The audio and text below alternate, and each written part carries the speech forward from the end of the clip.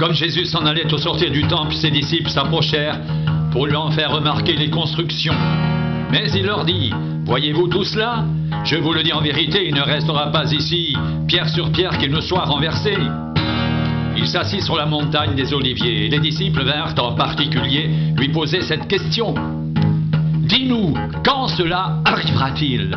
Et quel sera le signe de ton avènement et de la fin du monde ?» Jésus leur répondit, « Prenez garde, que personne ne vous séduise, car plusieurs viendront sous mon nom, disant, « C'est moi qui suis le Christ », et ils séduiront beaucoup de gens.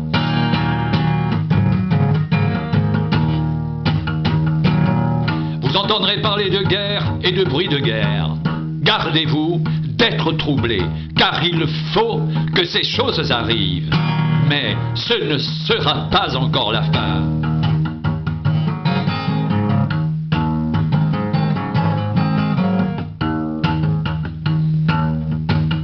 Une nation s'élèvera contre une nation, et un royaume contre un royaume. Et il y aura en divers lieux des famines et des tremblements de terre. Tout cela ne sera que le commencement des douleurs. Alors on vous livrera au tourment, et l'on vous fera mourir, et vous serez haïs de toutes les nations à cause de mon nom.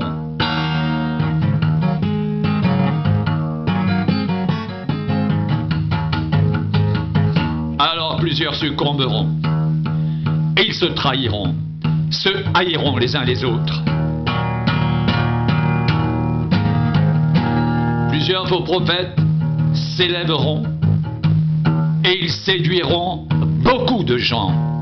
Et parce que l'iniquité se sera accrue, l'amour du plus grand nombre se refroidira. Mais celui qui persévérera jusqu'à la fin sera sauvé.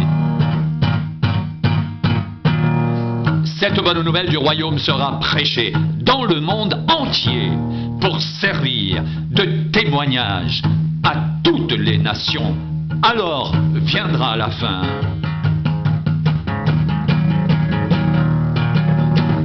C'est pourquoi lorsque vous verrez l'abomination de la désolation dont a parlé le prophète Daniel établie en lieu saint, que celui qui lit fasse attention. Alors que ceux qui seront en Judée fuient dans les montagnes. Que celui qui sera sur le toit ne descende pas pour prendre ce qui est dans sa maison. Et que celui qui sera dans les champs ne retourne pas en arrière pour prendre son manteau. Malheur aux femmes qui seront enceintes et à celles qui allaiteront en ces jours-là. Priez pour que votre fuite n'arrive pas en hiver, ni un jour de sabbat. Car alors la détresse sera si grande qu'il n'y en a point eu de pareil depuis le commencement du monde jusqu'à présent, et qu'il n'y en aura jamais. Et si ces jours n'étaient abrégés, personne ne serait sauvé. Mais à cause des élus, ces jours seront abrégés. Si quelqu'un vous dit alors, le Christ est ici, ou il est là, ne le croyez pas, car il s'élèvera de faux Christ et de faux prophètes. Ils feront de grands prodiges et des miracles, au point de séduire, s'il était possible, même les élus. Voici, je vous l'ai annoncé d'avance.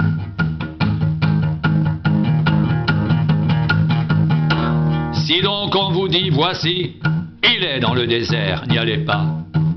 Voici, il est dans les chambres, ne le croyez pas, car comme l'éclair part de l'Orient et se montre jusqu'en Occident, ainsi sera l'avènement du Fils de l'homme.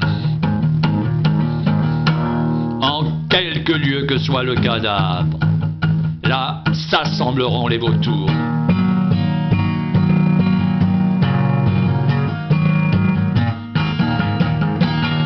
Aussitôt après ces jours de détresse, le soleil s'obscurcira, la lune ne donnera plus sa lumière, les étoiles tomberont du ciel et les puissances des cieux seront ébranlées. Alors le signe du Fils de l'homme paraîtra dans le ciel. Toutes les tribus de la terre se lamenteront, et elles verront le Fils de l'homme venant sur les nuées du ciel avec puissance et une grande gloire. Il enverra ses anges avec la trompette retentissante, et ils rassembleront ses élus des quatre vents d'une extrémité des cieux à l'autre.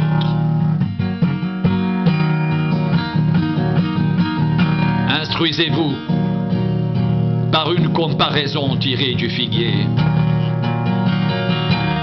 Dès que ses branches deviennent tendres et que les feuilles poussent, vous savez que l'été est proche.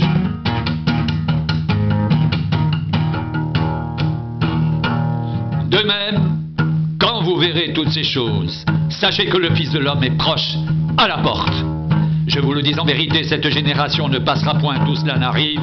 Le ciel et la terre passeront, mais mes paroles ne passeront point.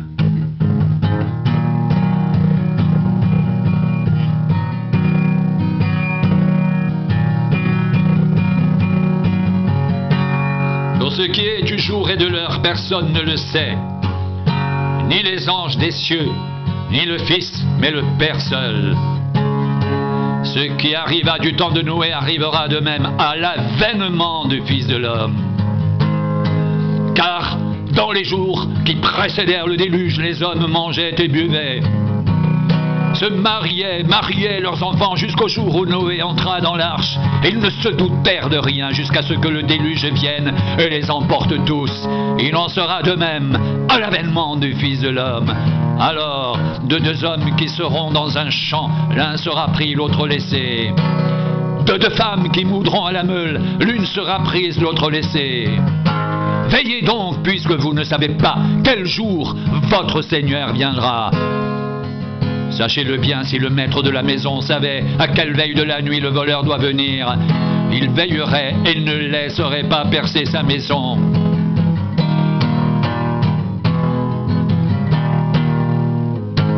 C'est pourquoi vous aussi, tenez-vous prêts, car le Fils de l'homme viendra à l'heure où vous n'y penserez pas. Quel est donc le serviteur fidèle et prudent que son maître a établi sur ses gens pour leur donner la nourriture au temps convenable? Heureux ce serviteur que son maître, à son arrivée, trouvera faisant ainsi. Je vous le dis en vérité, il établira sur tous ses biens. Mais si c'est un méchant serviteur qui dit en lui-même « Mon maître tarde à venir », s'il se met à battre ses compagnons, s'il mange et boit avec les ivrognes, le maître de ce serviteur viendra le jour où il ne s'y attend pas et à l'heure qu'il ne connaît pas. Il le mettra en pièces et lui donnera sa part avec les hypocrites. C'est là qu'il y aura des pleurs et des grincements de dents.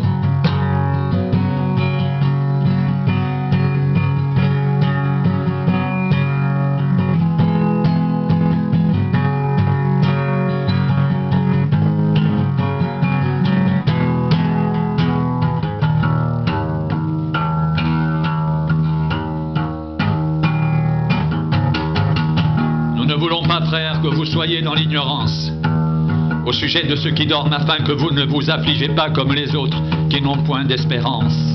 Car si nous croyons que Jésus est mort et qu'il est ressuscité, croyons aussi que Dieu ramènera par Jésus et avec lui ceux qui sont morts.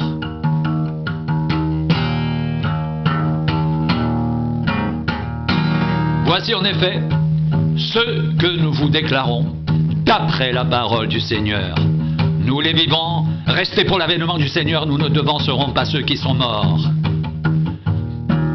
Car le Seigneur lui-même, un signal donné, à la voix d'un archange et au son de la trompette de Dieu descendra du ciel, et les morts en Christ ressusciteront premièrement.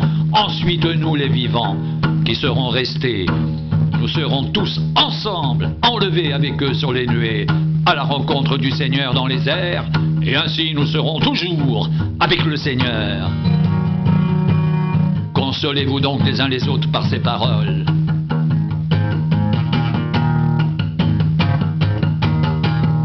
Pour ce qui est des temps et des moments, vous n'avez pas besoin, frères, qu'on vous en écrive, car vous savez bien vous-même que le jour du Seigneur viendra comme un voleur dans la nuit, quand les hommes diront paix, sûreté, Alors une ruine soudaine les surprendra comme les douleurs de l'enfantement surprennent la femme enceinte et ils n'échapperont point. Mais vous, frères, vous n'êtes pas dans les ténèbres pour que ce jour vous surprenne comme un voleur. Vous êtes tous des enfants de la lumière et des enfants du jour. Nous ne sommes point de la nuit, ni des ténèbres. Ne dormons donc point comme les autres, mais veillons et soyons sobres. Car ceux qui dorment, dorment la nuit, et ceux qui s'enivrent, s'enivrent la nuit. Mais nous qui sommes du jour, soyons sobres, ayant revêtu la cuirasse de la foi et de la charité, ayant pour casque l'espérance du salut, car Dieu ne nous a pas destinés à la colère, mais à l'acquisition du salut par notre Seigneur Jésus-Christ qui est mort pour nous, afin que soit que nous veillions, soit que nous dormions, nous vivions ensemble avec lui. C'est pourquoi exhortez-vous réciproquement, édifiez-vous les uns les autres, comme en réalité vous le faites. Paul et Sylvain et Timothée, à l'église des Thessaloniciens, qui est en Dieu notre Père et en Jésus-Christ le Seigneur. Que la grâce et la paix vous soient données de la part de Dieu notre Père et du Seigneur Jésus-Christ. Nous devons, à votre sujet, frères, rendre continuellement grâces à Dieu comme cela est juste, parce que votre foi fait de grands progrès et que la charité de chacun de vous tous à l'égard des autres augmente de plus en plus. Aussi, nous glorifions-nous de vous dans les églises de Dieu à cause de votre persévérance et de votre foi au milieu de toutes vos persécutions et des tribulations que vous avez à supporter. C'est une preuve du juste jugement de Dieu, pour que vous soyez jugés dignes du royaume de Dieu, pour lequel vous souffrez, car il est de la justice de Dieu de rendre l'affliction à ceux qui vous affligent, et de vous donner à vous qui êtes affligés du repos avec nous, lorsque le Seigneur Jésus apparaîtra du ciel avec les anges de sa puissance au milieu d'une flamme de feu pour punir ceux qui ne connaissent pas Dieu et qui n'obéissent pas à l'évangile de notre Seigneur Jésus. Ils auront pour châtiment une ruine éternelle, loin de la face du Seigneur et de la gloire de sa force, lorsqu'il viendra pour être en ce jour glorifié dans ses saints et admiré dans tous ceux qui auront cru. Car notre témoignage auprès de vous a été cru. C'est pourquoi aussi nous prions continuellement pour vous, afin que notre Dieu vous juge digne de la vocation et qu'il accomplisse par sa puissance tous les desseins bienveillants de sa bonté et l'œuvre de votre foi, pour que le nom de notre Seigneur Jésus soit glorifié en vous et que vous soyez glorifiés en lui, selon la grâce de notre Dieu et du Seigneur Jésus-Christ. Pour ce qui concerne l'avènement de notre Seigneur Jésus-Christ et notre réunion avec lui, nous vous prions, frères, de ne pas vous laisser facilement ébranler dans votre bon sens et de ne pas vous laisser troubler, soit par quelque inspiration, soit par quelque parole ou par quelque lettre qu'on dirait venir de nous, comme si le jour du Seigneur était déjà là. Que personne ne vous séduise d'aucune manière, car il faut que l'apostasie soit arrivée auparavant et qu'on ait vu paraître l'homme du péché, le fils de la perdition, l'adversaire qui s'élève au-dessus de tout ce qu'on appelle Dieu ou de ce qu'on adore, jusqu'à s'asseoir dans le temple de Dieu, se proclamant lui-même Dieu.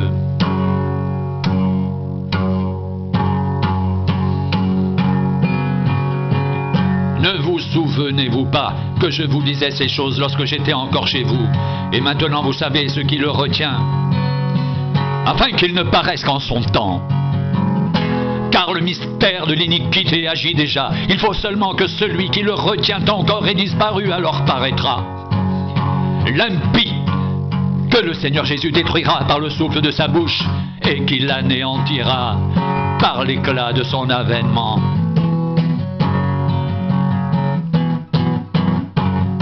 L'apparition de cet impie se fera par la puissance de Satan, avec toutes sortes de miracles, de signes et de prodiges mensongers, avec toutes les séductions de l'iniquité pour ceux qui périssent, parce qu'ils n'ont pas reçu l'amour de la vérité pour être sauvés. Aussi Dieu leur envoie une puissance d'égarement pour qu'ils croient au mensonge, afin que tous ceux qui n'ont pas cru à la vérité, mais qui ont pris plaisir à l'injustice, soient condamnés. Pour nous, frères bien-aimés du Seigneur, nous devons à votre sujet rendre continuellement grâce à Dieu, parce que Dieu vous a choisi dès le commencement pour le salut, par la sanctification de l'Esprit et par la foi en la vérité. C'est à quoi il vous a appelé par notre évangile, pour que vous possédiez la gloire de notre Seigneur Jésus-Christ. Ainsi donc, frères, demeurez fermes et retenez les instructions que vous avez reçues, soit par notre parole, soit par notre lettre, que notre Seigneur Jésus-Christ lui-même et Dieu notre Père qui nous a aimés et qui nous a donné par sa grâce une consolation éternelle et une bonne espérance, console vos cœurs et vous affermisse en toute bonne œuvre et en toute bonne parole. Au reste, frères, priez pour nous afin que la parole du Seigneur se répande et soit glorifiée comme elle l'est chez vous, afin que nous soyons délivrés des hommes méchants et pervers, car tous n'ont pas la foi. Le Seigneur est fidèle, il vous affermira et vous préservera du malin. Nous avons à votre égard cette confiance dans le Seigneur, que vous faites et que vous ferez les choses que nous recommandons. Que le Seigneur dirige vos cœurs vers l'amour de Dieu et vers la patience de Christ. Que le Seigneur de la paix vous donne lui-même la paix en tout temps, de toute manière. Que le Seigneur soit avec vous tous. Je vous salue, moi Paul, de ma propre main. C'est ma signature dans toutes mes lettres. C'est ainsi que j'écris. Que la grâce de notre Seigneur Jésus-Christ soit avec vous tous.